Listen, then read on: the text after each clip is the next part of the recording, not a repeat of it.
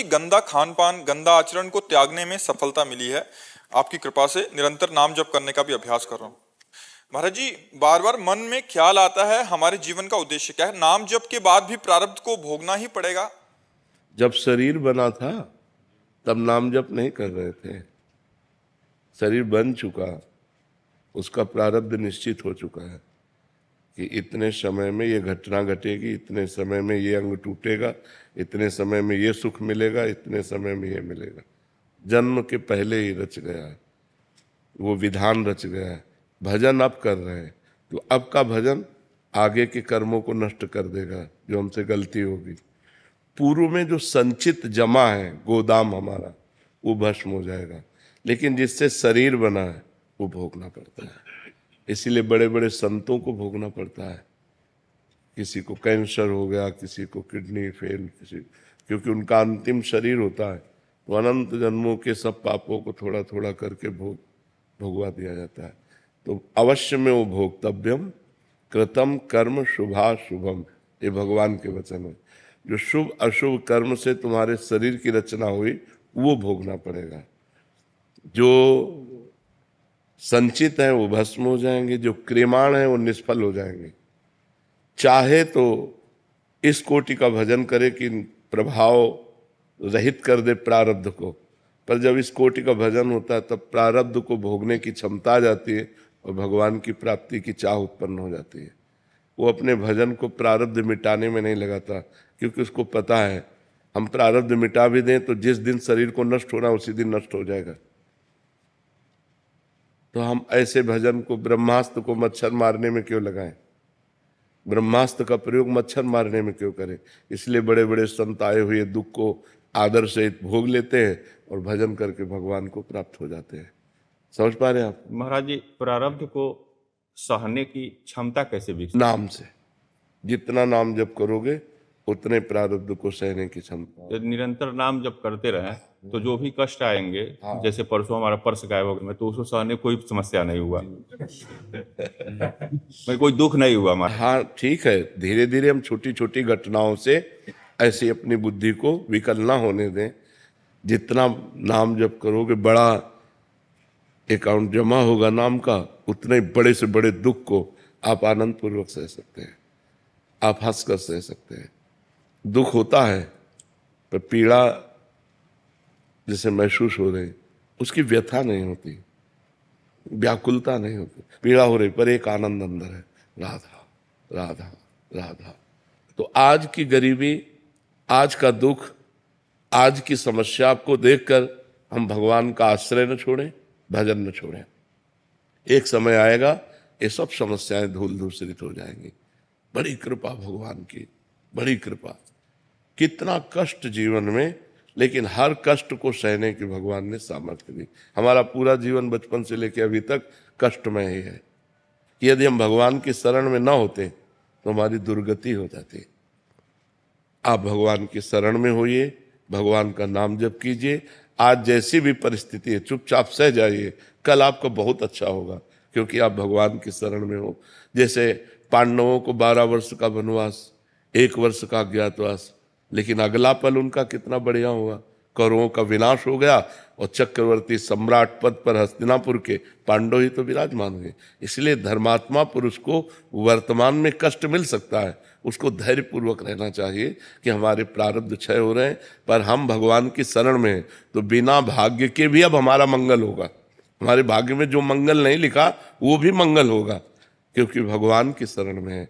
वो कर्तुम अकर्तुम अन्यथा कर्तुम है। जैसे मुकदमे में हम हार गए और मुझे फांसी की सजा हो गई, एक राष्ट्रपति माफ कर सकता है। राष्ट्रपति को निवेदन किया जाए वो माफ कर सकता है। तो हम पाप किए हैं, अब एक भगवान की शरण में हो जाओ। वो समस्त ब्रह्मांडों के स्वामी, वो कह रहे हैं अहम त्वाम सर्व पापेभ्यो मोक्षयिष्यामि मा शुचा, मैं तुम्हें समस्त पापों से मुक्त कर दूंगा, पवित्र कर दूंगा। तो भगवान की शरण में हो जाओ, खूब नाम जप करो। हम देखो, अब एक आदमी का अगर पर्स जाता 1500 रुपये तो होंगे ही, वो आदमी विक्षिप्त हो जाता है यार, उसी की चिंतन में रहता। आपने थोड़ा भजन किया, विवेक प्रकट हुआ, आप सह गए। आप ऐसे बड़ी से बड़ी समस्या को सह सकते हैं जब आपके पास भजन रूपी धन होगा। इसलिए खूब भजन करो और शांत रहो। और देख लेना जितना गया है ना, ये बहुत कम गया है। वृंदावन में या भगवत मार्ग में जब हम कदम रखते हैं, हमारी कोई हानि होती है, तो जब बहुत बड़ी हानि होनी होती है वो छोटे में चली जाती है। और इसका ब्याज सहित आपको मिलेगा। जब आपको मिले तो देख लेना ब्याज सहित मिलेगा। वो कभी किसी का रखता नहीं। अगर आपका किसी ने खींच लिया है तो मालिक देख रहा है, वो सरकारी हिसाब से आपको देगा, आप चिंता न करें। निहाल जी, राधे राधे महाराज जी। गुरुदेव भगवान, चरम सुख हो या परम दुख हो, चाहे अनंत भक्ति हो या प्रेम हो या विरह हो, प्रत्युत्तर में केवल अश्रु ही मिलते हैं। महाराज जी, अश्रु ही कैसे जानते हो तुम? चरम सुख देखा है क्या? परम सुख देखा है क्या? परम दुख पाया है क्या? केवल अकल लड़ा रहे हो। परमानंद की जब अनुभूति होती है तो उसमें आनंद के ऐसे अश्रु होते हैं जिन अश्रुओं के लिए ब्रह्मा जी भी तरसते हैं। सबको एक लाइन में खड़ा कर दिया। विरह को जानते हो? बड़े बड़े तपस्वी महान भजनानंदी भगवान से विरह मांगते हैं, मैं आपके लिए तड़पूं, आपके लिए रोऊं। क्या सांसारिक दुख है क्या वो? महासुख, परम सुख। सामने श्याम सुंदर है, उनकी रूप माधुरी देखते हुए वो रुदन कर रहा है, वो सतरति सतरति सा लोकांतार्यति, वो स्वयं तर जाता, लोगों को तार देता है। अभी कहाँ जाने? कुछ पाया है क्या? कुछ नहीं। केवल अकल लड़ाकर शब्दावली से प्रश्न कर रहे हो, तो कैसे अनुभव में आए? बोलो। जी, 1 साल पहले वृंदावन का आपकी वजह से, आपके कारण से प्राप्त हुआ। मैं एकांतवास में अकेले जॉब कर रहा हूँ, तो वहां पर जो भी आपकी शब्दावली में मिला है कि एकांत में जो भी अपने ऊपर काम कर सको, महाराज जी अश्रु ही मिलता है जब भी याद करते हैं वृंदावन को या कुछ भी करते हैं। अश्रु का मतलब क्या होता है? दुख या सुख? महाराज जी नहीं पता। तो फिर उसको एक लाइन में क्यों खड़ा कर दिया? परम दुख, परम सुख, ब्रह्मानंद को भी, विरह को एक लाइन में कैसे खड़ा कर दिया? हमारी जो प्रश्नावली है वो एक लाइन वाली नहीं। अभी सात्विक सतोगुण का भाव आता है, 2-4 बूंद आंसू गिर जाते हैं। कभी ऐसा थोड़ी घंटा 2 घंटा शरीर शुद्धि भूल गई और भगवान में डूबे गए, ऐसा है क्या? अभी उस स्थिति को नहीं है। कभी ऐसा 1 मिनट भी हुआ कि शरीर को भूल गए जागृत में? शरीर की शुद्धि नहीं, परमात्मा का वृत्ति कैसे? अभी आनंद का तो अभी स्वाद ही नहीं मिला। अभी तो सतोगुण है, थोड़ा सतोगुण आया, भावना रोने लगे प्रभु के प्रति। लेकिन गुणातीत भाव विरह है, ब्रह्मानंद, परमानंद, ऐसा थोड़ी है। अभी तो आगे बढ़ो, ऐसे नहीं। ये नरेश कुमार जी, हरियाणा से। राधे राधे महाराज जी, मेरा प्रश्न यह है कि परलोक के लिए भगवान का भजन आवश्यक है, इस लोक के लिए संसार का काम आवश्यक है, तो परमात्मा की प्राप्ति के लिए किस मार्ग में चले महाराज जी? दोनों कार्य कर। मां मनुष्मर युद्ध च, युद्ध माने कर्तव्य।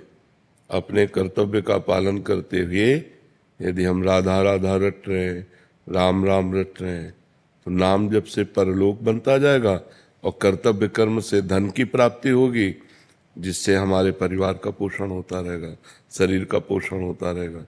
कर्तव्य कर्म में जैसे किसानी है, व्यापार है, नौकरी है, कोई भी पद है, अपने पद का ईमानदारी से यदि हम बर्ताव करें, घूस न लें, बेईमानी न करें, धर्म पूर्वक पालन करें, तो उसी से हमें भगवत प्राप्ति हो जाएगी। वो हमारी हो गई पूजा, जिससे हमारी दिनचर्या चलेगी, और नाम जब चल रहा है साथ में, उससे हमारा परलोक बन जाएगा। तो नाम जप करते हुए हर कार्य करने का अभ्यास करें तो इस लोक और परलोक में दोनों जगह सुख की प्राप्ति हो जाएगी। अपना कर्तव्य कर्म बहुत श्रेष्ठ है। जो हमें कर्तव्य कर्म धर्म के अनुसार मिला है उसे हम पूजा मान करके करें, उसी से हमारा कल्याण हो जाएगा। श्री रविदास जी थे, रैदास जी, बड़ा भारी कठोता, उसी में वो अपना जो कार्य था वो कार्य करते तो कठौते का धोवन का जल इतना सिद्ध हो गया था, बड़े बड़े सिद्धों को चमत्कार से हरा दिया। उन्हीं की बात है, मन चंगा